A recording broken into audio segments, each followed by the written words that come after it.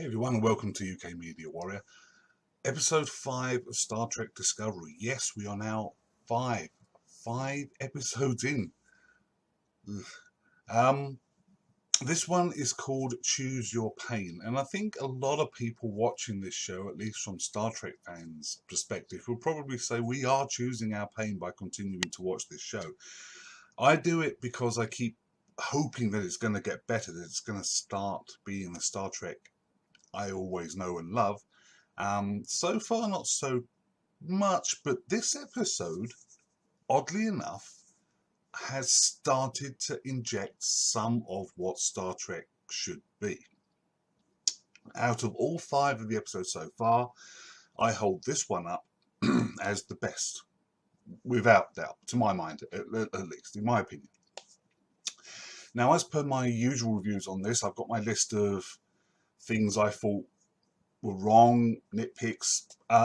It's just, look, even if you love a show, you should be able to watch an episode of that show and go, well, they got that wrong, they got this wrong, they got that wrong, and still enjoy it and love it. And that's why I like Star Trek. Yes, Star Trek isn't flawless.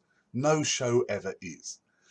But the thing about Star Trek is you love the characters so much that you forgave the writers and perhaps the directors and producers when every now and then they screwed up a plot point or they screwed up a canon point, because you know they'd make it right down the line, and because you were just on the ride and you just love being with these characters.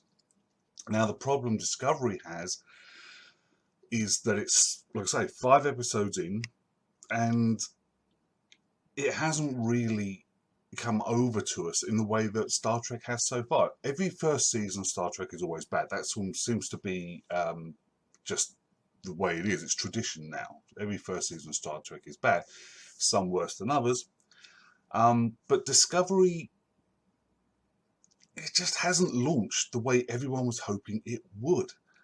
And to my mind, at least, the characters just aren't popping off the screen. Some of them are becoming more interesting. Lorca, especially after this episode, is possibly my favourite character in the entire lot. Saru, to a lesser extent, I just can't get my head around the fact they would actually not only recruit a species that are bred to be prey and are scared literally of everything into Starfleet in the first place, but then to make them a first officer on a warship.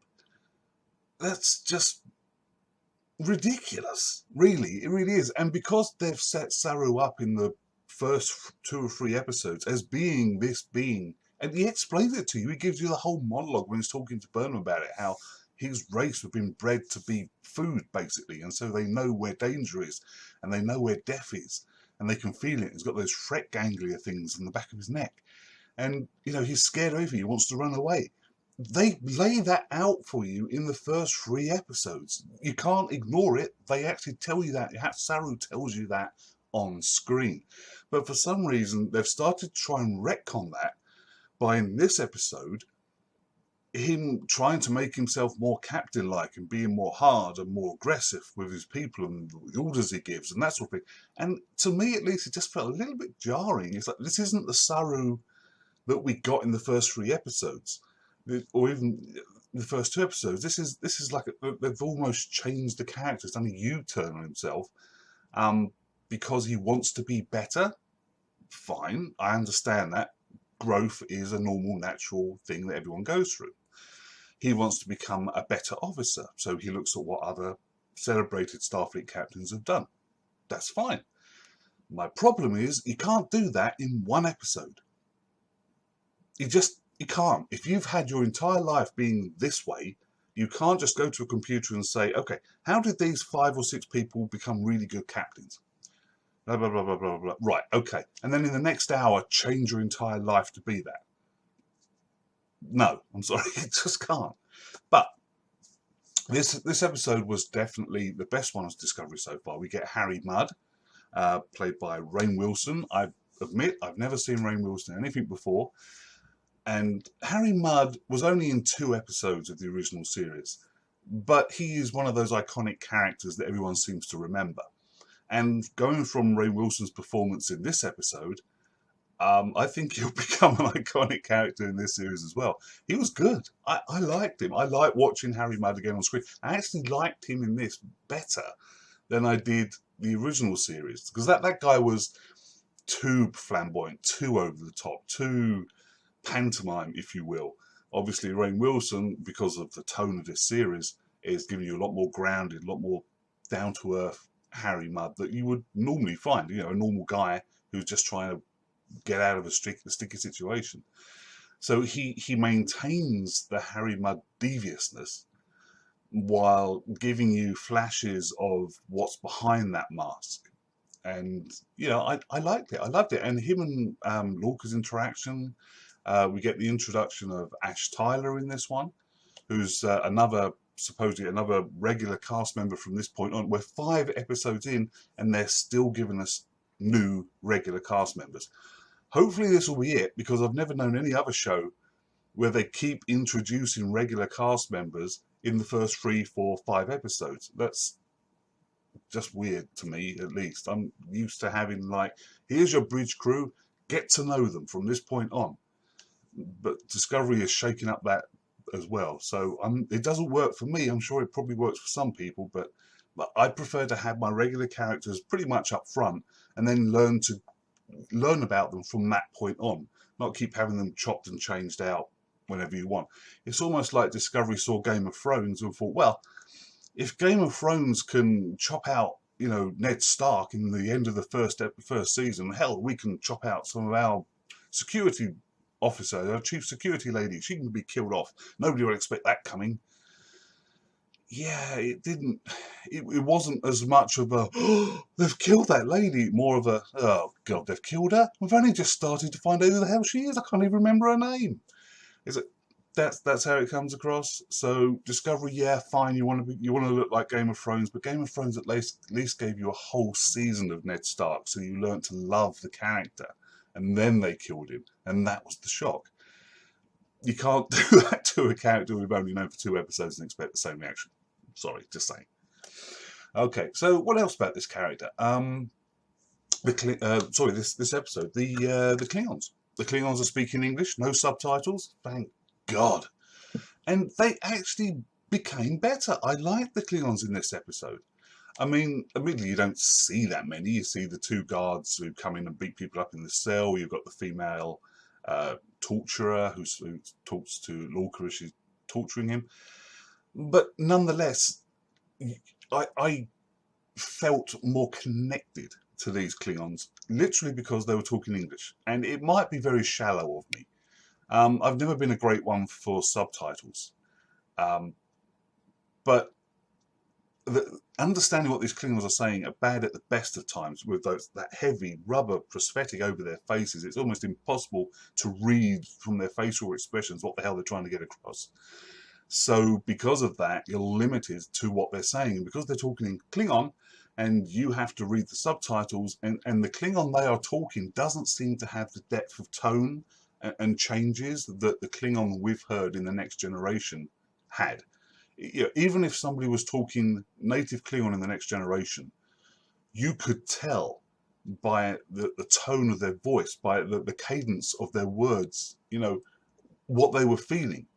But with these Klingons, no matter whether they're angry, happy, sad, whatever, their tone of voice always seems to be the same. And I assume that's because they can't get anything out through that prosthetic. So hearing them speak English at least gave the actors a chance to give us a better performance, and I think that's why I felt more connected to these brief glimpses of the Klingons we see in this episode. Ash Tyler, I think I'm going to like. I like this character in this setup. Now there is a theory going around the web the internet right now about Ash Tyler. I'll get to that in my list of points I want to bring up, but if it's true, it's going to shake things up terribly. But also, I might be a bit disappointed because just from this brief interaction we get with Ash Tyler in here, I quite like the guy. And I think he'll probably grow on me, and I probably don't want him to be what happens if this theory becomes true. Back on the Discovery, Saro's in charge, He makes a few weird calls. For example, he complains later on down the line to Stamets and the Doctor, you know, you have to get the creature back in, you have to bring him back to life. Yes, he's curled up in a ball, but you have to bring him back to life because I've got 134 crew members that I need to look after. And I'm thinking to myself, well, fair enough, but you didn't think of those 134 crew members when you leapt into Klingon space in the first place, even though everyone was telling you that the tardigrade, or whatever the hell you call it, was probably going to die. So why all of a sudden are you worried about it when you weren't worried about it before? But nonetheless, this is a new angle of Saru, and as I said earlier, the way he's trying to change himself is a bit sudden, it's a bit drastic, and a bit quick. But I don't know. I liked Saru at the beginning because he was a totally different Star Trek character. We'd never seen a character on screen before who wore Starfleet uniform, who was scared of everything, who was scared of his own shadow, and who basically advised that we should run away. We'd never seen that before. So now they're turning him, if they keep on with this character evolution, they're going to turn him into basically a standard Starfleet officer who's, no, let's stand and fight. And that's not Saru. That's not who we were introduced to. That's not who we began to like. So hopefully they won't go too far in that character evolution. What else did I like about this episode? To be honest, and this is going to probably not sound too weird, I haven't liked Michael Burnham as a character, as the main character through this entire 5-episode arc so far of Discovery. I just haven't been able to connect to her. And this episode, she's in this episode the least. Out of all the ones that we've seen so far, this is the one where she's in hardly at all. She's benched by Saru about halfway through the show.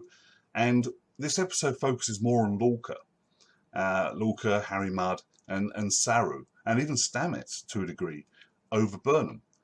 And because she's not in it so much, I'm wondering whether that's why I like this episode so much. I just enjoyed watching this episode more than I have all the others where she's in nearly every scene. So I can only assume that that's the reason I like it so much. But focusing on these other characters is a good thing to do. And Star Trek has always done that. They don't focus on Picard and Riker or, in the original series, even in the original series, the bridge crew was a family, and you felt that. You had Sulu, Chekhov, Uhura, Spock, McCoy, and Captain Kirk was obviously the middle, the trinity in the middle that held it all together. But you had Scotty and Sulu and all those around it, and they all felt part of the family. And you didn't watch it and think, well, they're getting crappy screen time. In Discovery, it's weird because the B-list characters on the bridge, for example, the camera keeps cutting to that lady who was on the Shenzhou originally, who's now got that metal thing on the side of her head. And then they cut to the black lady, and then they cut to the white guy over on the comms, I think. And then they cut to that weird cybernetic woman. And they get to say, yes, sir, no, sir, yes, sir, no, sir. And that's pretty much as much of the characters we get to see. But this is your bridge crew. But other than seeing them and hearing them say yes sir, no sir, that's pretty much it. That's as much as you get. That's the depth of their character at this point. So all we've got to work on is Saru, Lorca, Burnham, Stamets. That's it. And now they've introduced the Doctor, who will probably have more of an impact going forward, and Ash Tyler, who's probably going to take the place of the dead Chief of Security. But otherwise, the bridge crew is non-existent. There's just nothing to them. Let's move on to this list. Let's get this out of the way, and then that'll be the review done.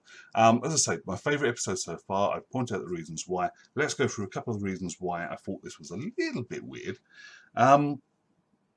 As I say, Rainn Wilson plays Harry Mudd, and he mentions Stella, the love of his life. He bought her a moon to win her over from her father. Now, Stella is first announced in the original series episode I'm Mudd. Which I think is the second episode we get to see Harry in. And he's on this planet, he's found this moon or this planet full of female androids, beautiful female androids. And he's the only guy there. And he's basically in charge. And then the Enterprise crew turn up and sort of mess things up. And Harry's created this android of Stella as he last saw her. and she's a nagging bitch of a woman, and he obviously doesn't like her very much. So he created this android for no other reason than so he could tell her to shut up, and she would just shut up, and he took pleasure out of that. So Kirk basically leaves him in the end stuck on this planet with these androids, but now no longer in charge, and he's removed the command from Stella. So if Harry tells her to shut up, she doesn't shut up, and she just keeps nagging him. So that was funny. But that's where we first get Stella. And obviously that's the end of the relationship between Harry and Stella. We've seen at that point Harry really doesn't like her very much. In this episode, we're at the beginning of their relationship, probably by the sound of it, and he is seemingly very much in love with her. So it was nice to see both ends, sort of bookend the Stella story, if you want to say. How did the Klingons find Lorca? I've seen in a couple of comments on other review sites, people have said, well, you know, he's flying through space in the shuttle. How the hell did the Klingons know he was there?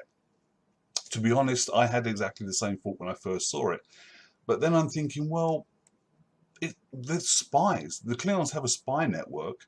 One of their houses, the house that L'Rell is part of, the female Klingon who sided with Vok, she says that her house is known for espionage and deceit and lies. That's the spy house. That's the people who deal with all the spy networks for the Klingons. So it's not impossible to believe that the Klingon spy network found out that the captain of the Discovery, the ship that had been causing them so much trouble, is Gabriel Lorca, and he's going to be on the shuttlecraft going back to Discovery at this point. Let's take him there. So that's understandable. What confused me was if they know Captain Lorca's on the shuttle and they know he is going to the Discovery, why not attack the Discovery? Why not take out the ship that's been causing them all the problems? Yeah, okay, kidnapping the captain is one thing. You can torture him, you can question him, you can find out all the tech and whatever that he might know about how this ship is doing what it does. But wouldn't it make more sense to actually take the ship itself? You know, either destroy it so the Federation doesn't have it at all, or capture it and take it into Klingon space and use the technology yourself. So that's what I had assumed this was. I assumed Lorca's kidnap was basically just bait to get the Discovery to try and come and rescue him. So when they did that, the Klingons would be waiting with loads of ships and attack the Discovery and either, as I say, blow it up or capture it. But the Klingons finding Lorca, I'm okay with that. They've got a spy network, that's explained, so that's how they found out he was on his way back to the Discovery. But I still think their plan was a very, very shallow view of things. They should have just taken out the Discovery in the first place, solved themselves all the problems. Equally, how could the Discovery locate Lorca? Okay, he is kidnapped on his way back to the Discovery in deep space by a Klingon ship, and the ship warps out. It could have gone anywhere. Now, okay, yes, it probably logically would have gone back into Klingon space, but Klingon space is huge, and yet somehow, when they're on the bridge, one of the bridge officers says, yeah, we've narrowed it down to 3 possible routes they could have taken when they warped out. How the hell could you know? They could have gone anywhere. They could just be hanging in deep space. They didn't have to go to a planet. They didn't have to go to a particular system. You have no way of knowing where that ship went. I'm sorry, even in the Next Generation, they can't really tell which way a ship went unless they are watching the ship jump to warp, and then they can say, well, okay, it headed off in that direction, so at least we know that much, and we can start working out from that point where it might have gone. In this case, they didn't see the Klingon ship warp out with Lorca on board, so they had no idea where the ship went. So for them to narrow it down to 3 possibilities, and then later on to say, we've found the ship that the captain is on. How the hell can you possibly say that? You don't know which fucking ship he's on. It's impossible. You just can't do that. It's not. It's like, I know you need to do it for the plot. I know you have to find the ship because you have to get your captain back. I get that. But it could have come up with something slightly more intricate than saying, we've narrowed it down to 3 routes and we've found the ship he's in. When it makes no sense that you would possibly be able to do that. Lorca's history. We get a lot more about Lorca in this episode, which is fantastic. We find out how he's got this checkered past where he was the only survivor of his last command, where everybody else died. And he tells, Harry tells the story in the prison. So Ash Tyler understands who Lorca is. Then Lorca corrects him and tells him a slightly different viewpoint of that story. But however you look at it,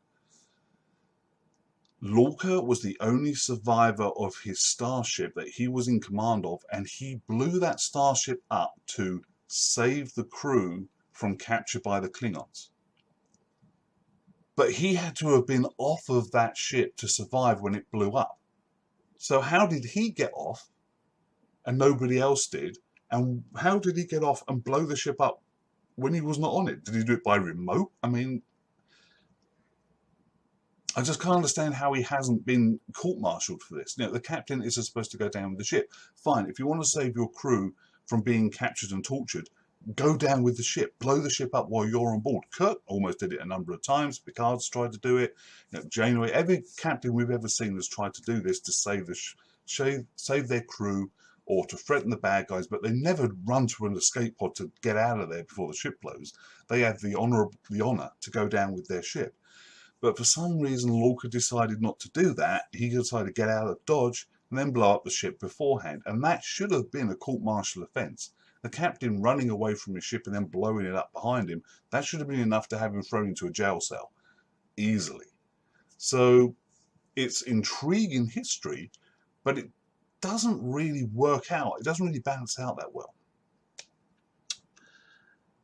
The plot for this story was pretty obvious. I mean, when it opened with that weird scene of you seeing Michael in the spore chamber and Michael outside the spore chamber, and then the pain they were in when they activated the drive. From that point on, you pretty much knew, because they'd already mentioned in the previous episode, when you see Michael watching the creature who is obviously in pain while the drive is being used. So opening with this cold start of Michael being in the chamber in pain, you know at some point down the line that you assume Michael is going to be in the chamber because the creature is no longer going to be able to work. Now, the fact they changed it up with Stamets was cool. It was a nice twist. But the second that Saru calls down to engineering and says, Mr. Stamets, have you rejuvenated the creature? Are we ready to jump? And you hear that weird tone in Stamets' voice where he says, yes, you can jump now. So the second I heard that, I knew he was going to be the one in the chamber and it wasn't going to be Burnham. But regardless, all the way through the episode, you knew somebody other than the creature was going to have to be in the chamber and possibly sacrifice himself to save the ship. Now, the problem I have with that is that's a direct rip-off of Spock saving the Enterprise in the Wrath of Khan. For those who have seen it, at the end of the episode, the warp, after the battle with Khan, the Enterprise is damaged, the warp core's offline, but the Genesis planet is starting to explode. They have to get out of there or they're all dead. Spock heads down to engineering, warps into the antimatter chamber, where there's like a control plinth in the middle of the chamber. Even though Scotty tries to stop him, locks himself in and basically knows he's going to die because the chamber is irradiated and he's going to die of radiation poisoning. But he goes in there, he saves the ship, and the chamber looks very similar to the one we see in Discovery, the spore chamber in Discovery. But Spock goes in there, he fixes the warp drive, the Enterprise warps to safety, Kirk's up on the bridge, and he calls down to engineer and says, well done, Scotty, you saved the ship. And Scotty's like, you really should come down here, Captain. And then Kirk looks at Spock's empty science station, realizes something's badly wrong and rushes down and finds Spock lying on the floor of the antimatter chamber, supposedly dead. Now, in this episode, you've got Saru, after the ship has jumped safely, calling down to engineering and saying, well done, Mr. Stamets, and there's no answer. And then you get the computer saying Stamets' life signs are fluctuating. And Saru, and it seems most of the bridge crew, for some reason, all rush down to engineering and walk in to see Stamets laying on the floor of this isolation chamber, this spore chamber, supposedly dead after having saved the ship. So it's basically a rip-off scene by scene from the Wrath of Khan. I'm sorry, it just is. It doesn't take away from the fact the scene was good and I enjoyed it, but the second I saw it, I was just like, one of the writers thought, well, I love that scene in the Wrath of Khan, I'm going to give Stamets the same honourable way of doing things. So It just was. I'm sorry about that. How come Lorca didn't kill that female Klingon? When he's broken out of jail with Ash Tyler, he's got the rifle, he's shooting Klingons left and right, he's nailing them one shot each, destroying them, vaporizing them, disintegrating them. I'm assuming that's the disintegrator or disruptor pistol or disruptor rifle, which is what the Klingons usually use. But when it comes to shooting this female Klingon who's standing in the middle of a corridor, totally out in the open, he misses and gets the side of her face for some reason. And then when she's on the floor, writhing around in agony as he helps Ash Tyler up, he doesn't finish her off. This is a person who has been torturing him. And he now has power over her. He can shoot her. She is an enemy combatant. She is a Klingon. She was torturing him. He has every reason in the world to shoot her while she is on the deck. And he doesn't do it. But he has no problem shooting the other Klingons on the ship, but he doesn't shoot her. Stupid writing again. I mean, obviously it's done because this woman's going to come back at some point. A lot of people are stating that she is actually L'Rell, Voq's love interest from the previous episode. To be honest with that, those heavy Klingon prosthetics, I can't tell one bloody Klingon from the other. The only reason I know Voq is because it's the only albino on the show. But all the others just meld together into one. There's nothing about them that really stands out as individual. That's why some of them, I think, wear face paint. I think that's the only way you can tell the difference. But, yeah, I mean, why would Lorca let her live? He had every reason in the world to shoot and kill her. So it makes no sense that he wouldn't finish her off.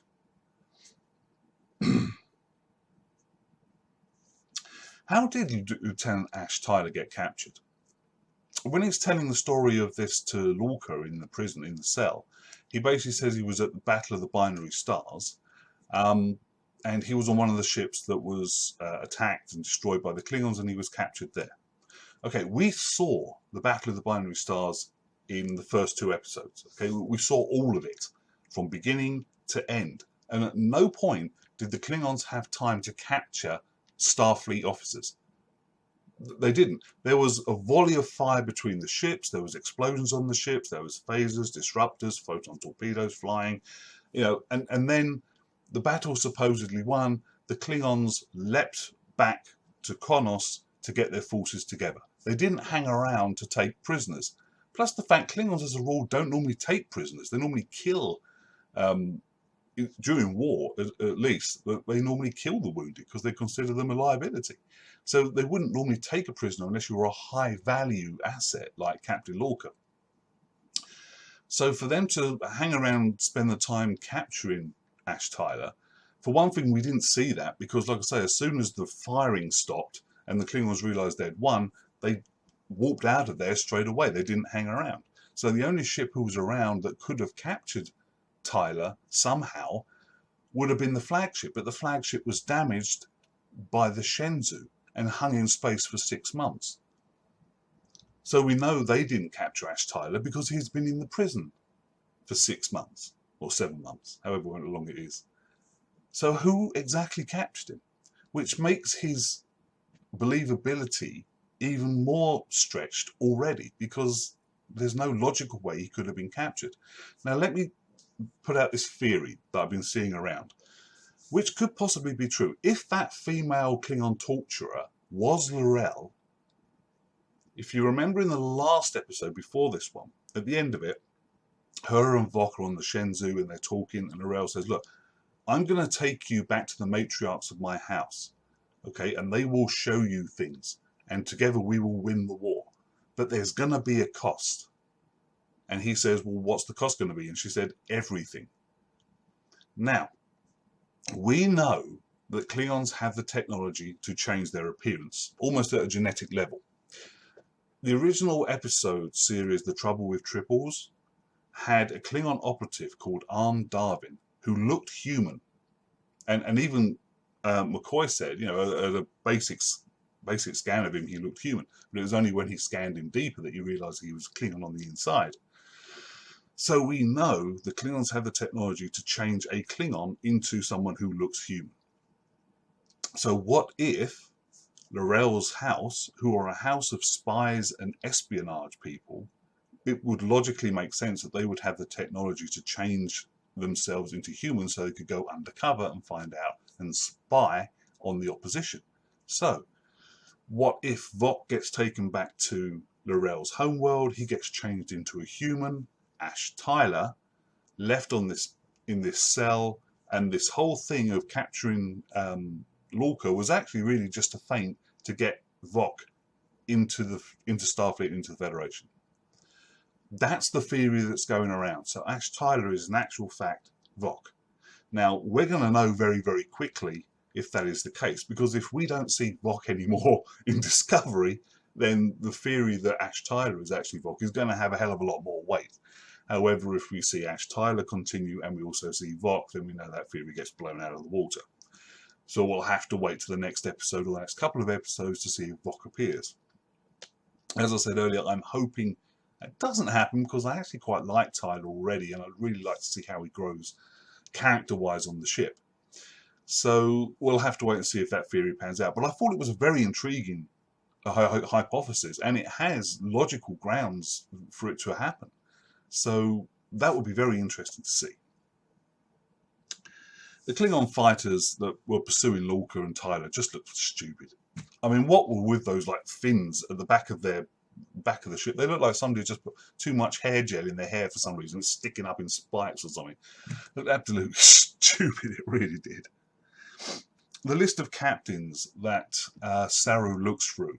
We have Captain Robert April, who was the very first captain of the Enterprise, and this is the first time I believe that he has been canonized in the Star Trek universe, although he did appear in the animated original series show. We have Captain Christopher Pike. We have Jonathan Archer, who we saw in Enterprise. He was the captain in Enterprise. Captain Georgiou is on there. And Captain Matt Decker, who obviously goes on to become Commodore Matt Decker in the original series episode Doomsday Machine, I think, or something like that, where his ship gets destroyed and his crew get killed, and he's the only one who survives a fight with this huge conical-shaped Doomsday Machine.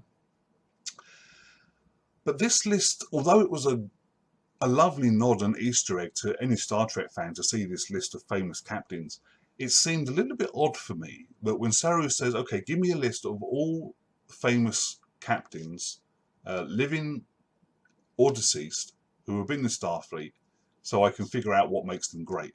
And all the people on the list are people we know from Star Trek. You can't tell me that in all of Starfleet's history, which at this point is about 100 years, the only people who have made themselves famous as captains are people we already know from Star Trek canon.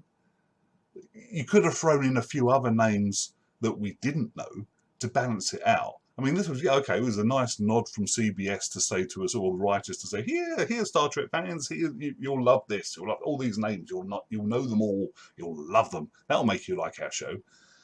Well, yeah, but it was like bludgeoning us over the head with a mallet. I mean, yes, it was nice to see those names, but you could have thrown in a few we didn't know, because they can't be the only Starfleet captains who have made a name for themselves in 100 years. There have to have been others. So, yes, it was nice, but also, yeah. The scene where we have Stamets, Tilly and Burnham standing in engineering, once again telling us how this spore propulsion drive works, was a bit long and tedious. We didn't need it again. I mean, to be honest, they described it fully once before, and it's almost like they thought, well, the people haven't got it. We need to describe it again because this is very technical and perhaps the audience don't get it. The thing is, we don't have to get it. We understand the principle, the basics. We understand that. That's all we need. We don't need to know the intricate details of what makes this damn thing go. We understand the basics, and that's all you need in a science fiction show. So for them to have to roll it all out again was weird. And Tilly's F-bomb, I think from what I understand, this is the first time the F word has been used in a Star Trek episode or movie ever. And they use it twice.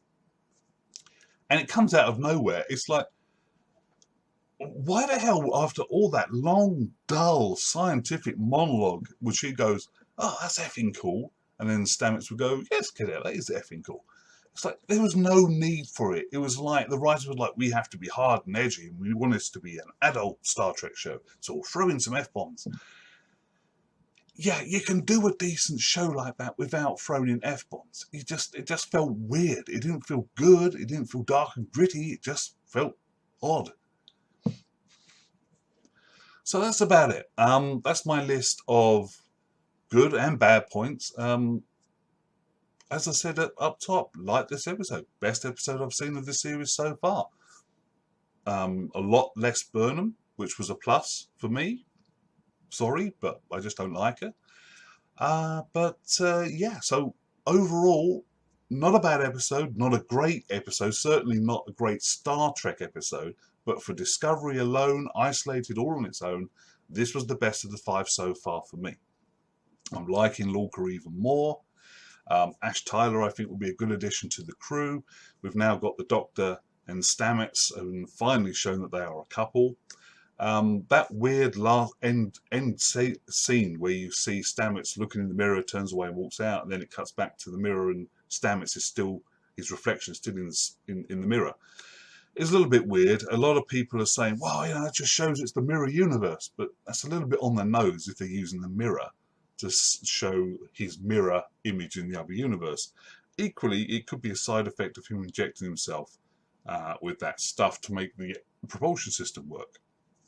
I hope that's what it is, rather than them trying to hit us over the head with a mallet again by saying, look, mirror image, mirror universe, yay! Hopefully that's not what it is, but we'll have to wait and see. Yeah, Stamets is growing on me. I like him. Oh, he's no longer a dick. He's actually quite a nice person. Tilly, I still can't get, I just don't know why the hell they've got this character in the show. She just does, it's like trying to smash a square peg in a round hole. She just doesn't fit with this show. Every other character on this ship is serious and, you know, gritty and it's a serious story they're trying to tell. And then we have this redhead, bubbly woman wandering through scenes, smiling and whatever. And it's just like, how the hell did she get on set? She just broke in and she's got onto the set somehow. I just don't understand why she is there. It doesn't make any sense to have such a character on screen. I'm sorry.